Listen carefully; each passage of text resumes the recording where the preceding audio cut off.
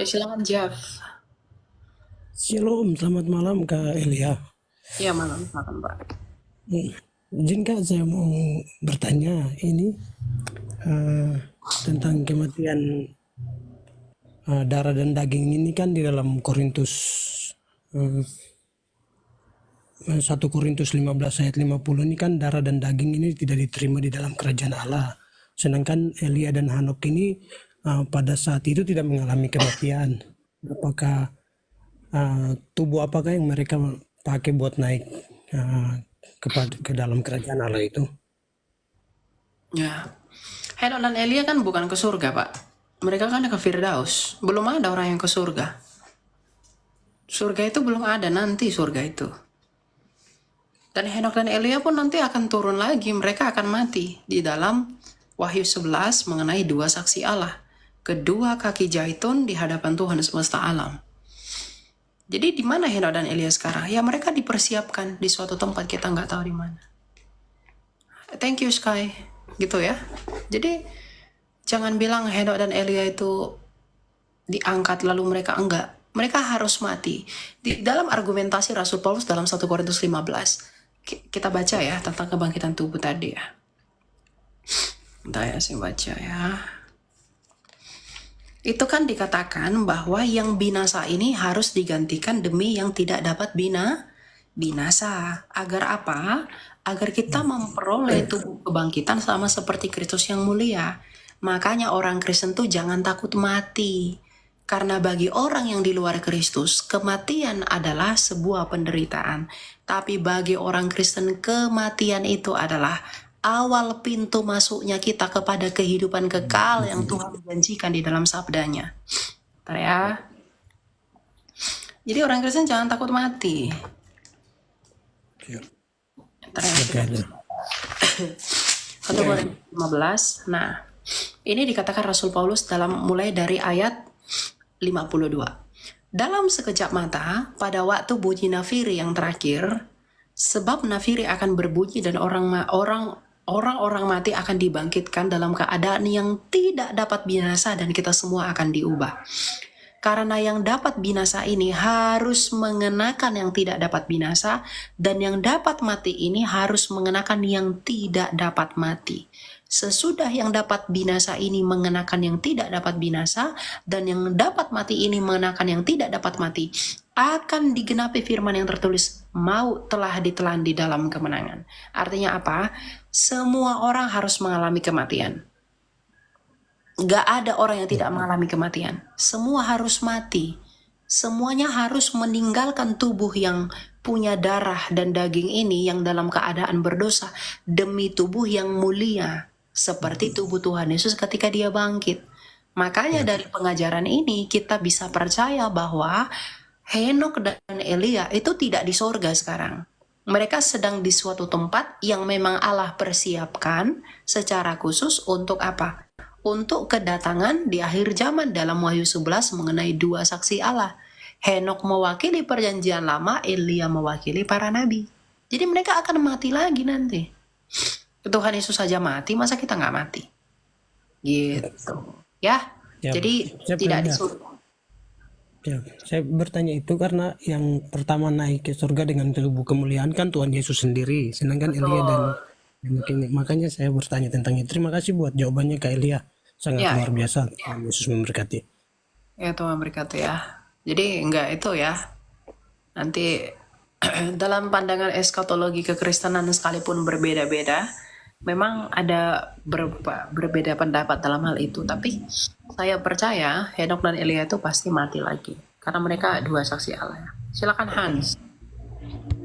Malam Kak Elia. Ya malam.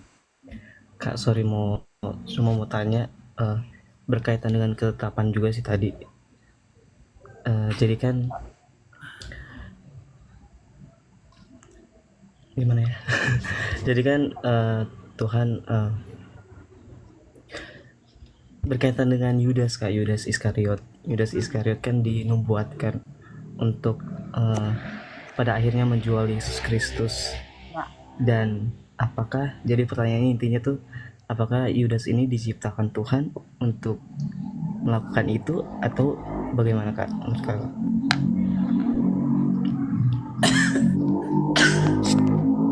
Jangan lupa tap layar ya teman-teman ya. Sorry ya, saya mute ya. Soalnya kamu agak berisik. Oke. Nah, tentang Yudas ya. Kita lihat ya ayat-ayatnya.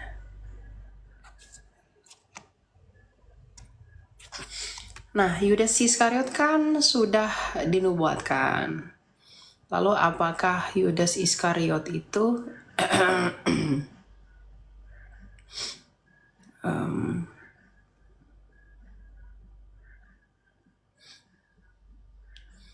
bukankah Yudas Iskariot itu Tuhan ciptakan berarti untuk binasa? Tidak dong. Dalam Yohanes 6 ayat 70 sampai 71. Oke, ini dia. Ini ya perkataan Tuhan Yesus sendiri. Kok ada kebulu mata? Nah, jawab Yesus kepada mereka, bukankah aku sendiri yang telah memilih kamu yang 12 ini? Namun seorang di antaramu adalah iblis. Yang dimaksudkan ialah Yudas, anak Simon Iskariot. Sebab dialah yang akan menyerahkan Yesus, seorang di antara ke-12 murid itu.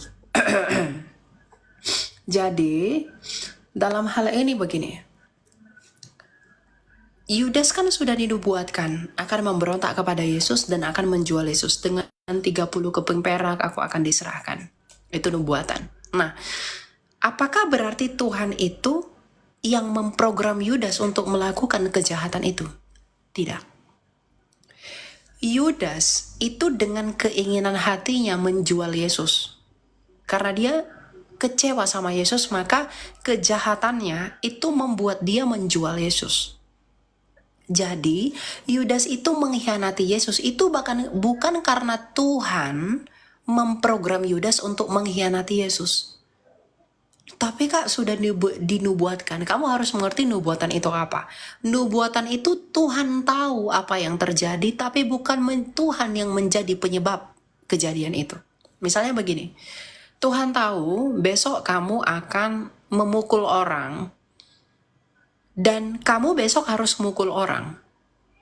Nah, misalnya Tuhan berbicara sama saya, Elia, besok Hans akan memukul seorang perempuan. Ya. Nah, bagaimanapun besok kamu harus memukul perempuan. Karena dia tahu bahwa kamu besok akan memukul perempuan. Karena pengetahuannya itu nggak bisa gagal. Tetapi mengenai memukul perempuan, bukan Tuhan yang buat kamu memukul perempuan itu, tapi kamu sendiri yang memukul perempuan itu oleh karena keinginanmu. Jadi pengetahuan Tuhan itu tidak menjadi dasar penetapannya. Nah, demikian halnya dengan Yudas.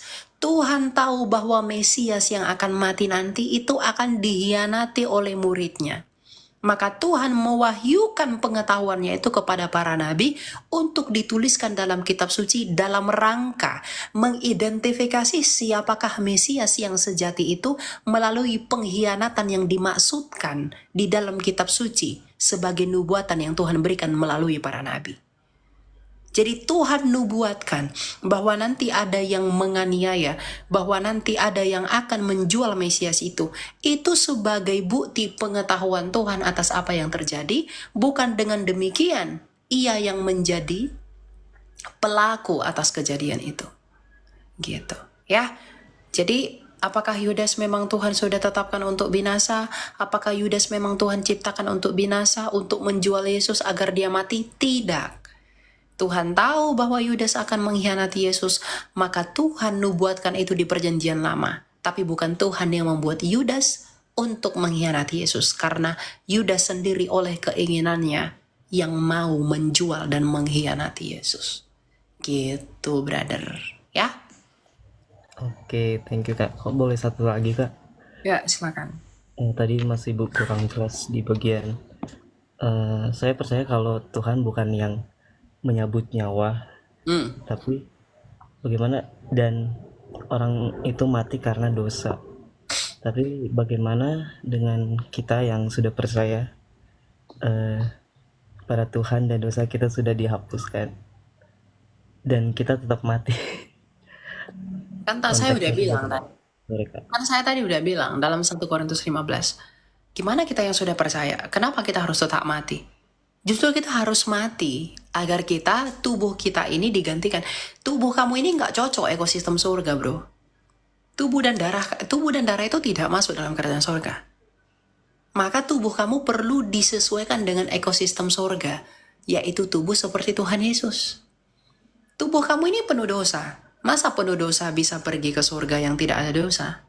Jadi kamu harus mati, kamu harus meninggalkan, membuang tubuhmu ini dengan mati untuk memperoleh tubuh kebangkitan pada hari kebangkitan seperti tubuh Tuhan kita Yesus Kristus. Makanya Rasul Paulus berkata apa? Hidup adalah Kristus dan mati adalah keuntungan. Jadi kematian di dalam Yesus, kematian di dalam Kristus itu adalah sukacita. Makanya orang Kristen itu jangan takut mati. Ya, hanya saja kita tidak mengalami kematian kekal. Nah, orang yang tidak percaya Yesus, mereka takut. Kenapa? Karena mereka akan mengalami kematian kekal. Nah, kalau kita percaya Yesus, kita nggak takut mati. Kenapa? Karena Yesus sudah mengambil kunci kerajaan maut itu. Yang tadinya maut berkuasa atas kita. Nah, ketika Tuhan Yesus mengalahkan kerajaan maut itu dan bangkit mengalahkan kerajaan maut itu, maka kerajaan maut itu tidak lagi punya kuasa atas kita yang percaya kepada Yesus. Karena Yesus telah mengalahkan kuasa kematian. Maka kita yang percaya sama Yesus nggak perlu takut lagi kita di dalam kuasa kematian. Karena kuasa kematian itu telah dikalahkan oleh Kristus. Jadi kita harus mati untuk menggantikan tubuh kita ini dengan tubuh kemuliaan. Seperti tubuh siapa? Tubuh Tuhan Yesus ketika dia bangkit. Gitu. Makanya saya selalu katakan, kenapa harus Yesus? Kenapa sih harus menjadi Kristen? Kenapa sih harus mengikuti Yesus? Karena argumentasi itu tadi. Orang berbondong-bondong pengen ke surga. Mereka pengen merasakan surga. Mereka pengen menikmati suasana surga. Tapi mereka lupa bahwa mereka berdosa dan telah di bawah kuasa kematian. Mungkinkah kamu bisa ke surga kalau kamu sudah terjual di dalam kuasa maut? Makanya Tuhan Yesus itu cerdasnya luar biasa. Agar kamu bisa mengalami surga, Tuhan Yesus mengalahkan dulu kuasa yang membuat kamu tidak bisa ke surga, yaitu kematian. Maka Tuhan Yesus menjanjikan surga itu dengan mengalahkan kuasa yang membuat kamu nggak bisa ke surga, yaitu kematian. Makanya kita bisa punya pengharapan, kita bisa punya iman bahwa kita bisa ke surga. Karena Tuhan Yesus sudah mengalahkan kuasa yang menghambat kita ke surga. Gitu loh. Jadi ya kita harus mati untuk menggantikan tubuh kita ini seperti tubuh Tuhan Yesus yang mulia. Gitu ya. Thank you, Kak. Kak, boleh satu terakhir saja, Kak? Nah, silakan. Ada temen yang bertanya, ketika Banget. kita menerima Kristus, di 1 Yohanes 5 ayat 11 sampai 13 dikatakan, ketika kita menerima Kristus, kita juga menerima hidup yang kekal itu. Terus dia bertanya, buktinya apa sih kita menerima hidup yang kekal itu? Apakah hanya dengan iman saja atau bagaimana, Kak? Buktinya apa? Buktinya apa kita menerima hidup yang kekal itu? Kebangkitan Yesus. Kalau Tuhan Yesus bisa membangkitkan dirinya sendiri, dengan alasan apa kamu ragu bahwa dia tidak dapat membangkitkan kamu? Kebangkitan Yesus itu tidak disaksikan 1-2 orang. Itu fakta sejarah. Kalau dia bisa bangkit, hidup kembali, dan membangkitkan dirinya sendiri, dengan alasan apa kamu ragu kamu tidak bisa memperoleh itu? Justru yang perlu kita ragukan adalah mereka yang nawarin surga tapi mereka sendiri tidak pernah ke surga. Mereka yang nawarin surga tapi mereka sendiri tidak mengalami hidup seperti surga. Mereka mati tapi tidak bangkit. Hidup apa yang kamu harapkan dari orang yang mati? Tapi kalau kamu berharap hidup dari dia yang hidup kembali, itu make sense. Makanya Tuhan Yesus berkata, akulah jalan dan kebenaran dan hidup. Dialah pemilik hidup. Jadi dengan alasan apa? Apa yang membuat saya percaya bahwa saya beroleh hidup kekal? Iman. Tapi iman itu apa sih?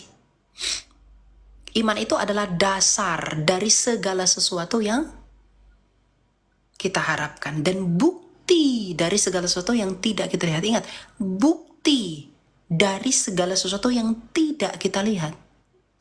Kita tidak melihat kehidupan kekal itu, tapi iman yang kita punya itu menjadi bukti atas apa yang tidak kita lihat itu.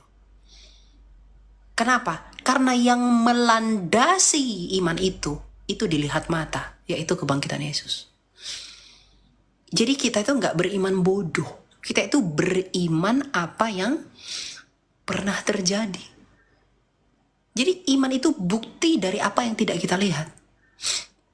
Dan dasar dari segala pengharapan kita. Kita tidak melihat kehidupan kekal itu, tapi iman kita itu adalah bukti dari kehidupan kekal itu. Dari bukti dari apa yang tidak kita lihat.